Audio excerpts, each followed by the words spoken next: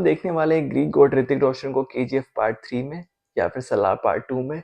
मेरा नाम है आर्यन और आप देख रहे हैं आर्यन रिएक्ट्स। किसी एक यूनिवर्स को या फिर एक स्टैंड अलोन प्रोजेक्ट हो सकता है जिसमें सिमिलर स्पेस होगी, जैसे कि केजीएफ पार्ट 1 में थी, केजीएफ पार्ट 2 में थी और अब सलार पार्ट 1 में थी। So I am very excited for this project, not only for Hrithik but also for the हमारे फिल्म्स, क्योंकि नॉर्थ में everybody knows the popularity of Hrithik and his mass appeal, but up south maybe with this film, as it is a pan India film, people will know more about Hrithik and his popularity will definitely see new heights. और उनकी अगर आप lineup देखें, War 2, Krrish 4 and this project, it's unbelievable. मतलब मैंने ऋतिक की इससे better lineup आज तक नहीं देखी और मुझे काफ़ी ज़्यादा एक्सपेक्टेशंस है कि ये तीनों की तीनों फिल्म 100 करोड़ से ऊपर बिजनेस करेंगी ही करेंगी डेफिनेटली, क्योंकि जिस अवतार में पूरी ऑडियंस देखना चाहती है ऋतिक को, दैट हिज हैंडसमनेस, कि उनका जो स्वैग है, the way he carries himself on the silver screen, it's just मतलब पैसा वसूल। You saw his entry in War 1, जैसे वो एंटर करते हैं, you see his triceps, you see his body, मतलब it's just पैसा वसूल for the audience when you get to see Hrithik Roshan's like that. And single handedly War 1 में tiger Shroff को उन्होंने ओवरशैडो तो डेफिनेटली कर ही दिया, और single handedly that made film more than 300 crore on the box office. अब वॉर 2 में भी मुझे ऐसा लगता है कि junior NTR would be very much overshadowed by Hrithik because his screen presence is definitely on another level. उनको मैच नहीं कर सकता कोई। और इस टीजर में भी वॉर 2 के आई डेफिनेटली फेल्ट कि ऋतिक की screen presence, his action, his look is definitely on another level. But हाँ, वीएफएक्स डिपार्टमेंट में यू कैन से कि ये वीएफएक्स क्वालिटी हम एक्सपेक्ट नहीं करते, ना कि यशराज फिल्म से, ना ओवरऑल बॉलीवुड से। But that's the sad reality that we have to cope up with, कि हम बस होप ही कर सकते हैं कि वीएफएक्स डिपार्टमेंट और ज़्यादा इम्प्रूव होता रहे बॉलीवुड में। एंड मुझे लगता है कि स्क्रिप्ट जो है वो काफ़ी कंट्रोल पा लेगी वीएफएक्स डिपार्टमेंट को ओवरशैडो करते हुए, और मुझे लगता है कि स्क्रिप्ट काफ़ी अच्छी होगी, वॉर 2 की भी काफ़ी इंटरेस्टिंग होगी, इंट्रीगिंग होगी।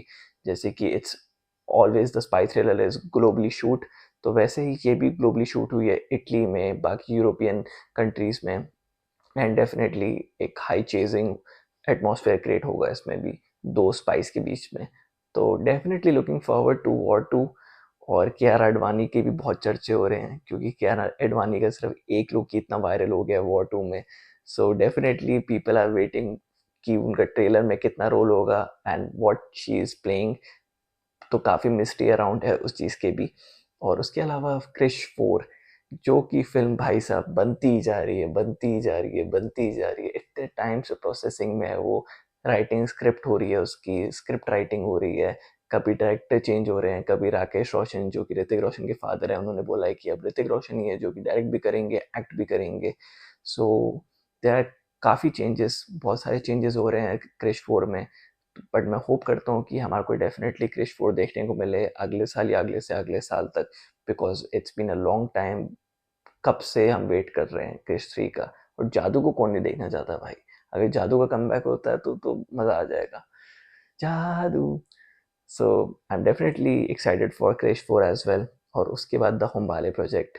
ये तीन प्रोजेक्ट्स जो हैं ये ऋतिक रोशन के करियर को रीडिफाइन कर सकते हैं, क्योंकि इससे पहले वॉर 2 से पहले ही डिड फाइटर। फाइटर उतना अच्छा बिजनेस नहीं कर पाई, but personally I felt Fighter was a very very good film. On the writing level, on the execution level, it was a very very good film. Sadly वो film उतना business नहीं कर पाई, but that does not mean कि Hrithik is a lesser star because of that. We all know Dhoom 2 he carried on his shoulders. उसके बाद movies like super 30, जिसमें कितनी इजीली वो ब्लेंड हो गए and how easily he became that character. उसके बाद काबिल, एक के बाद एक he gave the best performances. तो परफॉर्मेंस डिपार्टमेंट में, लुक्स डिपार्टमेंट में, ही always excels. It's only just the script and the execution and the audience reaction always, जो कि या तो ऋतिक को लेट डाउन कर सकती है या फिर ऋतिक को और ज़्यादा बड़ा स्टार बना सकती है। सो मैं डेफिनेटली बहुत ज़्यादा एक्साइटेड हूँ इस बारी ऋतिक रोशन की तीनों फिल्में देखने के लिए, और मुझे लगता है कि पैसा वसूल होने वाली हैं तीनों फिल्में।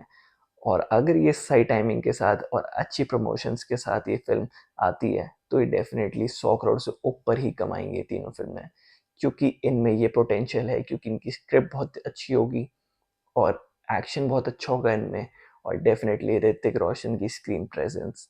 सो मुझे बहुत ज़्यादा एक्सपेक्टेशंस हैं इस लाइनअप से। आपका क्या कहना है? Definitely let me know in the comment section below, and I will see you in another video another time. Please do subscribe to the channel and वो घंटी बजा दीजिए नोटिफिकेशन वाली। वैसे अगर नहीं भी बजाएंगे तो मेरा कंटेंट अगर चलेगा, लोगों को अच्छा लगेगा, तो मैं वापस आपकी स्क्रीन पे आ ही जाऊंगा।